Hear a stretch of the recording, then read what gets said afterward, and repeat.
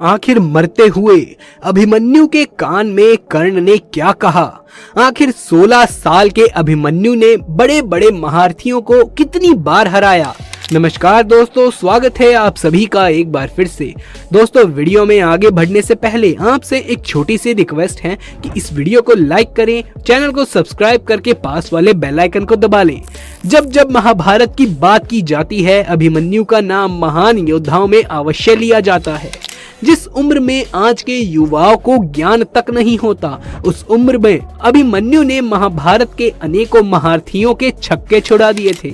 लेकिन अंत में भारी पराक्रम दिखाने के बावजूद भी अभिमन्यु वीर गति को प्राप्त हुए। लेकिन सवाल ये आता है कि आखिर मरते हुए अभिमन्यु के कान में कर्ण ने क्या कहा था? ये पल था महाभारत के 13वें दिन का। कौरवों के सेनापति द्रोणाचार्य ने चक्रव्यूह की रचना करी। चक्रव्यूह इतना शक्तिशाली होता है कि जो योद्धा इसमें एक बार अगर फंस जाए, उसका निकलना लगभग नामुमकिन था। कौरवों की ओर से सबने मिलकर एक षड्यंत्र बनाया कि वो अर्जुन को इस चक्रव्यूह में फंसाकर चारों तरफ से हमला करेंगे और अगर अर्जुन मारे जाएंगे तो पांडव अपने आप ही युद्ध हार जाएंगे। लेकिन उस चक्रव्यूह में अर्जुन नहीं फंसे, बल्कि खुद उस चक्रव्यूह को भेदने पहुंचे अभिमन्यु।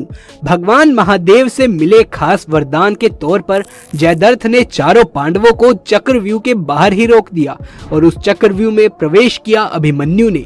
जैसा कि हम सभी जानते हैं कि अभिमन्यु ने सुभद्रा के गर्भ में ही चक्रव्यूह के अंदर प्रवेश करने की कला सीख ली थी और उन्होंने इसी का फायदा उठाया। वो चक्रव्यूह में प्रवेश कर गए। उन्होंने न सिर्फ गुरु द्रोणाचार्य बल्कि कृतवर्मा, कृपाचार्य, कर्ण, दुर्योधन सभी को परास्त कर दिया। चक्रव्यूह में घुसते ही उन्होंने हाहाकार मचा दिया।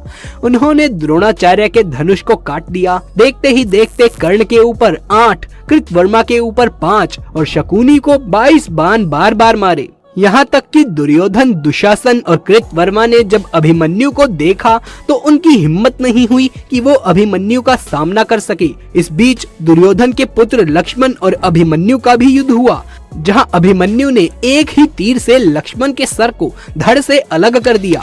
देखते ही देखते दुर्योधन बहुत क्रोधित हो उठा और उसने कर्ण से गुजारिश करी कि सूर्यास्त होने से पहले ही इस बालक को हमें मारकर गिराना होगा। अभिमन्यु ही अकेला एक ऐसा योद्धा था जिसने 8 से भी ज्यादा योद्धाओं को एक साथ परास्त किया। जब द्रोणाचार्य को भी इस चीज के बारे में एहसास हुआ, तब उन्होंने कर्ण से ये कहा कि इस बालक के हाथ से धनुष को छुड़ाना होगा। अगर इस बालक के हाथ में धनुष रहा तो सूर्यास्त होने से पहले ही ये पूरी कौरव सेना का विनाश कर देगा। इसीलिए मौके का फायदा उठाकर कर्ण ने अभिमन्यु का धनुष काट दिया। अश्वत्थामा ने उनके रथ के टुकड़े टुकड़े कर दिए।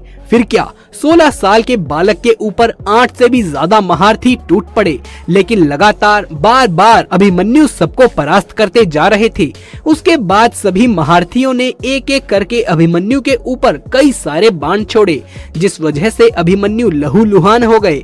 लेकिन फिर भी उन्होंने रथ का पहिया उठाकर युद्ध करना जारी रखा और तभी वो क्षण आया जब अभिमन्यु के समक्ष पहुंचे स्वयं कर्ण और कर्ण ने उन्हें धराशाही कर दिया। कर्ण ने अभिमन्यु को अपने पास किया और फिर उनसे कहा कि हे वीर अभिमन्यु, विश्व के सर्वश्रेष्ठ धनुर्धर बनने की प्रतिस्पर्धा सिर्फ और सिर्फ मेरे और अर्जुन के बीच में थी। लेकिन तुमने आज जितना पराक्रम दिखाया है, मैं चकित रह गया हूँ। तुमने ये ताज हम दोनों से छीन लिया है।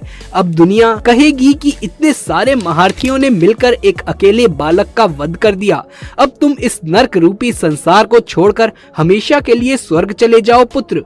यही वो कुछ शब्द थे जो स्वयं कर्ण ने अभिमन्यु के कान में कहे थे और उसके बाद कर्ण ने अभिमन्यु का वध कर दिया। इस तरह से एक महान योद्धा जो मात्र 16 वर्ष का था, जिसने कौरव के 8 से भी ज्यादा महारथियों को धूल चटा दी थी, वो अब स्वर्ग की तरफ प्रस्थान कर रहा था। तो अगर आपको हमारी ये खास वीडियो, ये खास जानकारी अच्छी लगी हो तो इस वीडियो को लाइक करें, अपने दोस्तों और रिश्तेदारों में इसे ज्यादा से ज्यादा शेयर करें।